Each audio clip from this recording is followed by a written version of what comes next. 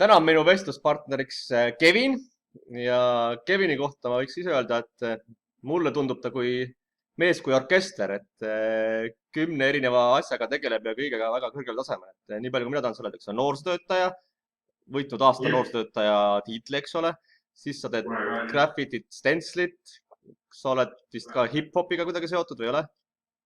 Olen ikka, ma olen sellises grupis nagu Vesikas ja Popkin. Noh, duona ja oleme ühe albumi välja andnud ja tegelikult on tulemas 6 album välja. Et sellega ka ikkagi tasapisi tegeleme. Et kas ma jätsin midagi mainimata või on sul veel mingi hobi, millega sa väga kirglikult tegeled peale nende eelmainitute? Ei, ma arvan mitte väga, et pigem ongi tänavukunst ja siis räpi teema ja samas me oleme ka mingi luulekogus välja andnud, et kokku 3 juba. Et niisama selline kirjutamine on ka ikkagi hobi, et võimalus on ikkagi kirjutada. Aga pigem praegu peamine on tänavukunst ja erinevad töötoetused sealt rääkida. Just seda tahtsingi tegelikult küsida, et mis neist kõigist on sinu suurim kirg, et aga selle sa vastasid just juba ära, et selleks on praegu tänavakunst ja graffiti ja stencil. Praegu on tänavukunst ja ma sellega jõuan rohkem tegeleda, nende töötubadega tegeleda. Ütleme, laste kõrvalt võib-olla muusika tegemine on jäänud tahaplaanile jõudnud selles osas, et mingid esinemisi öösid ja sellised asjad, et see ei ole enam eriti teema, et ei viitsi eriti käia kuskil väljas ja öösel kell 2 läheb lavale ja siis kell 4 tuleb koju 5 kogu. Et praegu on ikkagi rohkem joonistamist.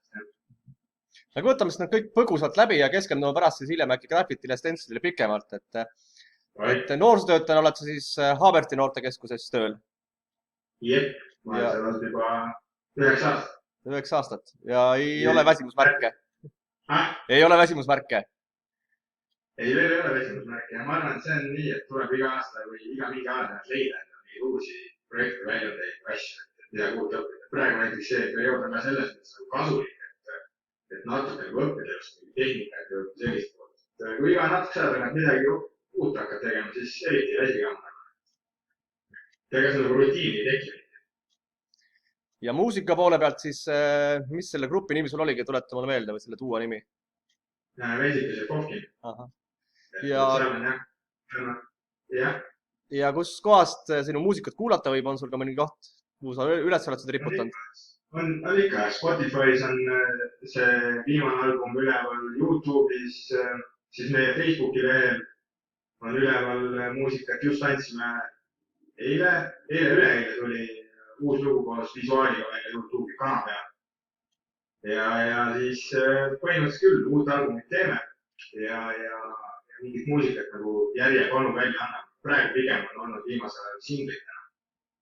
Et on mingi aja tagant jälle mingi singerdusi raadiotesse ja välja tulnud. Aga saab Spotify's, Facebookis.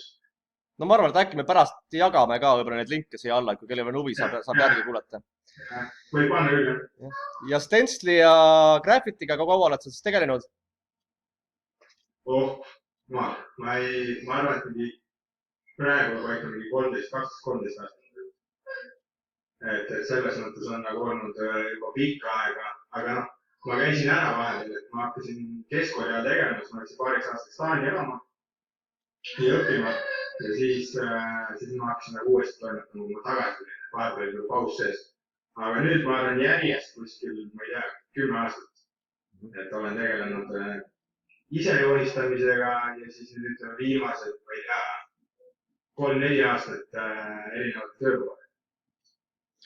Ja ma teen mõlemad traditsioonilist, ütleme, seinamaalinguid, kus vaba käega joonistan ja siis samas kasutan vahega stencil nagu tehnikat, et läbi šabloonid mingitel asjade poolt. Aga rohkem meeldib vaba käega joonistan. Kas sa mäletad, kuidas sa üldse oma tee siis stencili ja graffiti juurde leidsid, et mis sind sinna tõukas? Ikka. Asi on see, et ma olen päris väiksest kohast nagu Kadrina. Ja Kadrinas oli ees paar joonistajat ja kuna see on nii väike koht, siis põhimõtteliselt ma arvan, Kadrinas on inimeste kohta mega palju graffitit tegelikult või tänavukunsti. Kui sa ringi kõnnid, siis sealt leiab ikka päris palju neid ja ma niimoodi nägingi neid erinevaid ühte ja siis ma hakkasin algul maha joonistama. Mingisuguse vihikuga käisin, joonistasin maha ja mul vanem need parasjagu joonistas ka mingisuguseid pakse tähti vihikutest. Ja siis ma hakkasin kopeerima, neid, mida ma seina peal nägin ja siis neid, mida ma nägin vanema venna peal. Algul joonistad maha ja võtad taha ja siis mingil hetkel nagu hakkab oma käega tekkima. Siis sealt nagu sujuvalt läks. Ja esimese seinani, õnneks mul oli nii, et ma jõudsin esimese seinani suhteliselt hilja, et ma olin nagu selleks ajaks juba kätt palju harjutanud nüüd paberitele, et ma nagu ei häbene seda isegi oma esimest seina. Mõnes mõttes nagu lahe, et läks nii kaua aega. Et ei läinud kohe esimese asju saidikuks. Kokkuvõttes nagu on tagantjärgi nagu äge. Aga võib-olla jagadki siis mingeid soovitusi nüüd kellelegi, kes seda intervjuud siin kuulab, vaatab ja tahaks ise ka hakata pihta graffiti tegemisega ja pole veel mingit kogemust omanud sellele teemal. Et mis on need esimesed sammud, millest peaks alustama sinu hinnangul? Üldiselt ma arvan, et tegelikult on mõistlik nii nagu minagi vaadata neid töid, mis on tehtud. Et tutvuda üldse sellega, mis on tehtud, mis tiipidad erinevad. Praegu tänapäeval Google ja YouTube annab kõik vastused kätte, aga mina püüdes ringi käia ja siis proovida maha joonistada. Ma arvan, et mida rohkem seda harjutada, sellega, sealt see tuleb. Pigem, ma arvan, joonistamine ja kirjutamine on üsna sarnane asi. Mida rohkem seda teed ja harjutada, seda paremaks see läheb. Et ma arvan, graffitit igaüks on võimeline nagu tegema. Kui sa lähed ja hakkad pihta ja harjutad ja oled hästi järjepidev, siis lõpuks tekib oma käegi ka ja oma stiili. Ja õnneks on selline suhteliselt vaba vorm. Ei ole nagu siuke, et oleks kuskil piirides või joonistanud, ma ei tea, mingi puuvilju kuskil, mis on tooli peal. Sa võid nagu suhteliselt vabalt mõelda ja vabalt joonistada. See ei ole nagu raamine. Et kumb sinu jaoks on keerulisem? Sa ütlesid, et sulle küll meeldib rohkem vaba käega graffitit teha, aga kumb on raskem sinu hinnangul? Kas vaba käega või stenslina tegemine? Seal on nüüd see teema, et tüütum on stensli ettevalmistus. Minu arust oluliselt tüütum. Stensli puhul on ettevalmistus palju pikem, keerulisem, aga samas kui seina peale jõuad, siis 10 minutit pane sabloon seina, lase üks kiit ära, pane uus sabloon, lase teine kiit ära. Vaba käega on vastupidi. Et teed kavandi, lähed seina ja siis naudid põhimõtteliselt. Et mulle meeldib, kui on nagu kaua aega, rahulikult vaba käega teed. Mulle tundub see vaba käega joonistamine selles osas nagu kergem, samas teatud asju või teatud detaile vaba käega on muidugi meeletult keeruline joonistada. See võtab ikkagi kõvasti aega ja harjutamist, et käsi nagu läheks selliseks. Kuigi tänapäeval värvid ja eriti värvid ja erinevad efektvärvid annavad oluliselt kergemini need tulemused jättagi kunagi. Mina ei pidanud selle värvid, kui ainult neid ehituspoole värv saada. Aga praegu iga värv katab igat värvi.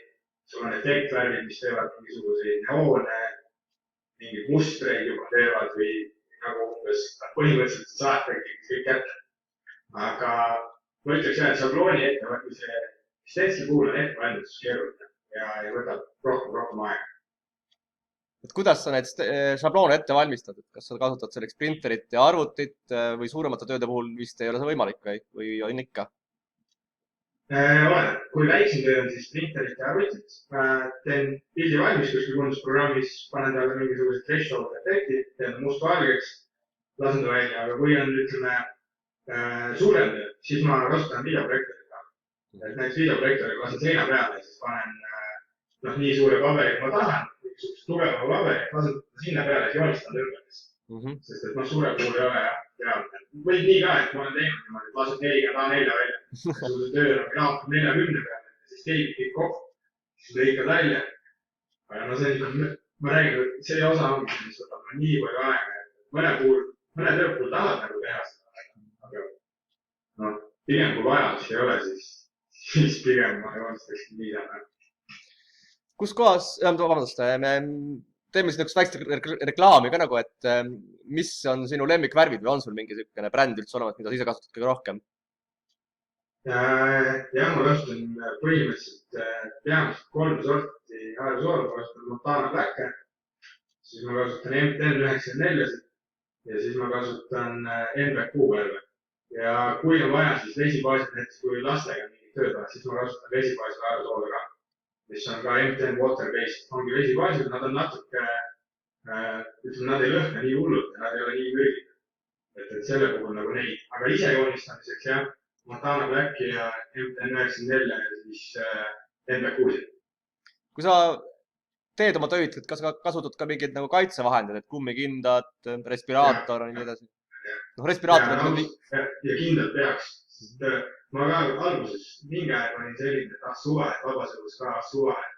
Tegelikult see mõjub päris hullult ikka, et kui nagu juba päris joonistada, siis tasub osta korralik mask ja mitte tavaline see valge respiraator, vaid joonistaja ikkagi natuke suurem korralik kaitsemask filtritega.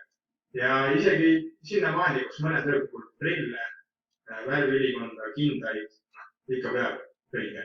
Et ega see värv selles mõttes maha ei tule ja kui ta kuskile läheb näljalt, riietelt kindlasti ei tule, augu sisse lõigata, et kui tahad seda pärast ära saada.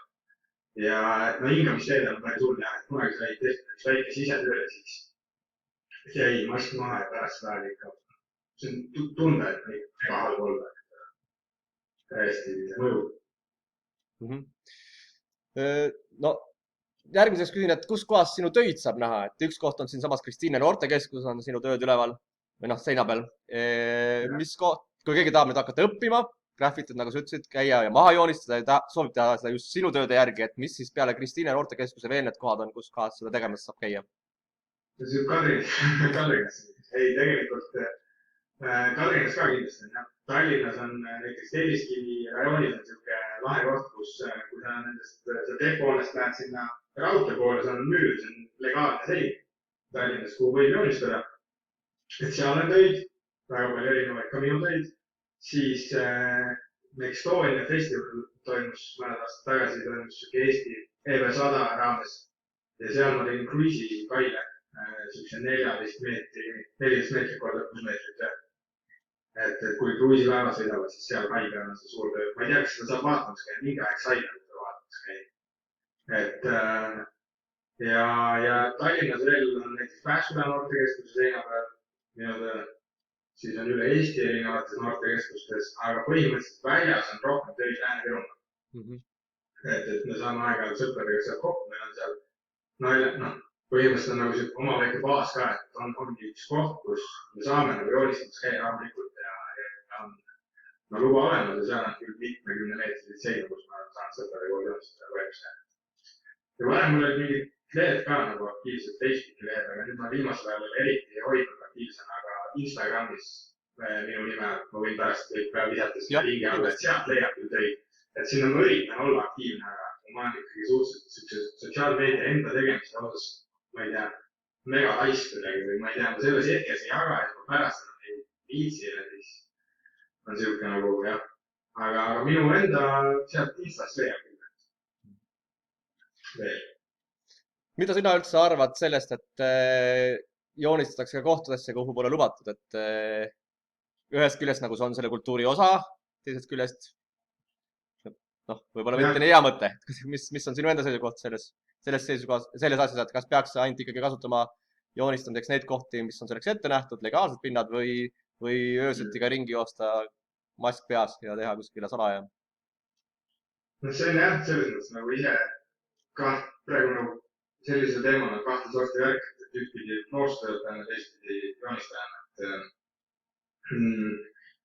Ma arvan, et kui on näiteks siuksed mingid vanad koledad seinad ja need ei ole mingid eramaja ilusad fassaadid ja värgid, siis mina ei arva, et see nagu nüüd nii mega hull. Kui seal on mingisugused ägedad tööd teha, siis minu meelest teinekord see silma ilusam on. Küsimus on selles, mida joonistatakse.